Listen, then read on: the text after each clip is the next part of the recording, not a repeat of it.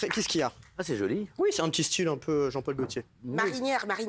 Jean-Paul Gaultier de Wish, alors. C'est très gentil. Bon, semaine très chargée en actu, Benjamin, puisqu'hier c'était votre anniversaire, je déconne. On va bien évidemment parler des manifestations. On va y revenir juste après.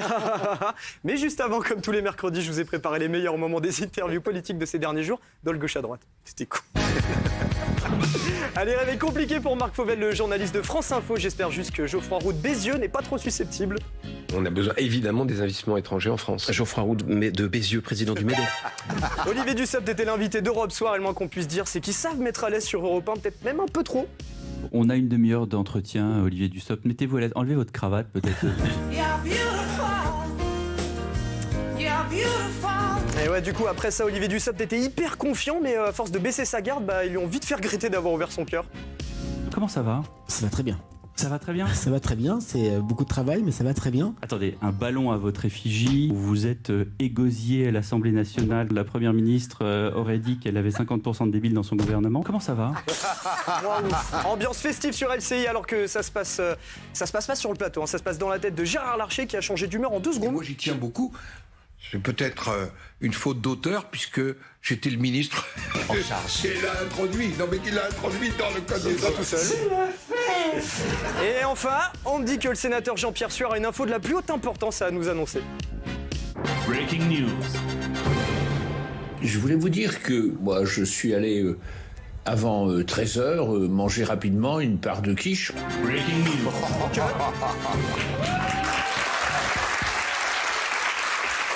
Ok. On aurait peut-être pu se passer de cette info, Jean-Pierre. Oui, bon, comme je le disais, nouvelle semaine de manifestation à travers la France. Et pour cette 10e mobilisation, BFM TV a vu les choses en grand avec une bande-annonce digne des plus gros Marvel. C'est peut-être un peu too much, sachant qu'on parle des retraites. Pour la 10e fois, ils descendent dans la rue. Nouvelle journée de mobilisation.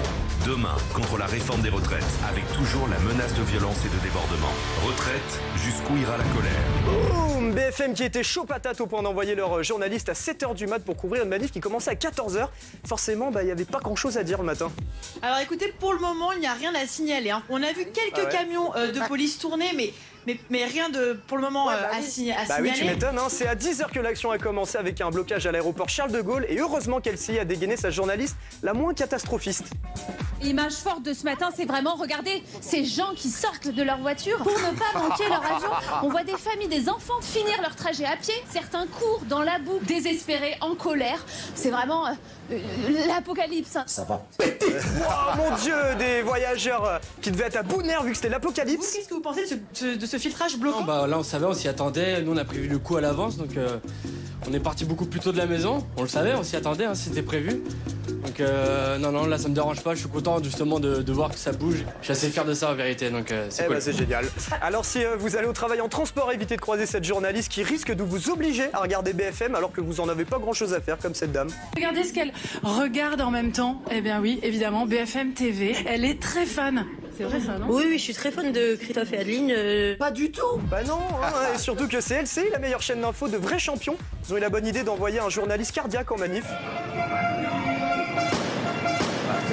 Et puis j'ai une pensée pour Fred, un gréviste qui a eu le droit à la pire musique chantée par les manifestants pendant son duplex.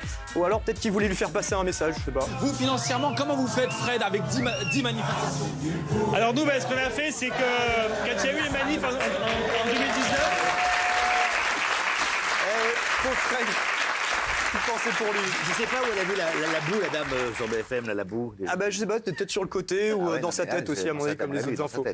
Bon, après la politique et l'actu, j'ai aussi checké les réseaux sociaux pour vous montrer les meilleures vidéos de cette semaine qui se sont passées en France, que Benjamin adore. Le reste de la chronique, il s'en fout, mais la météo des réseaux, il est là. Franchement, c'est vrai. Tout le reste, je m'en fous, mais ça, j'aime bien.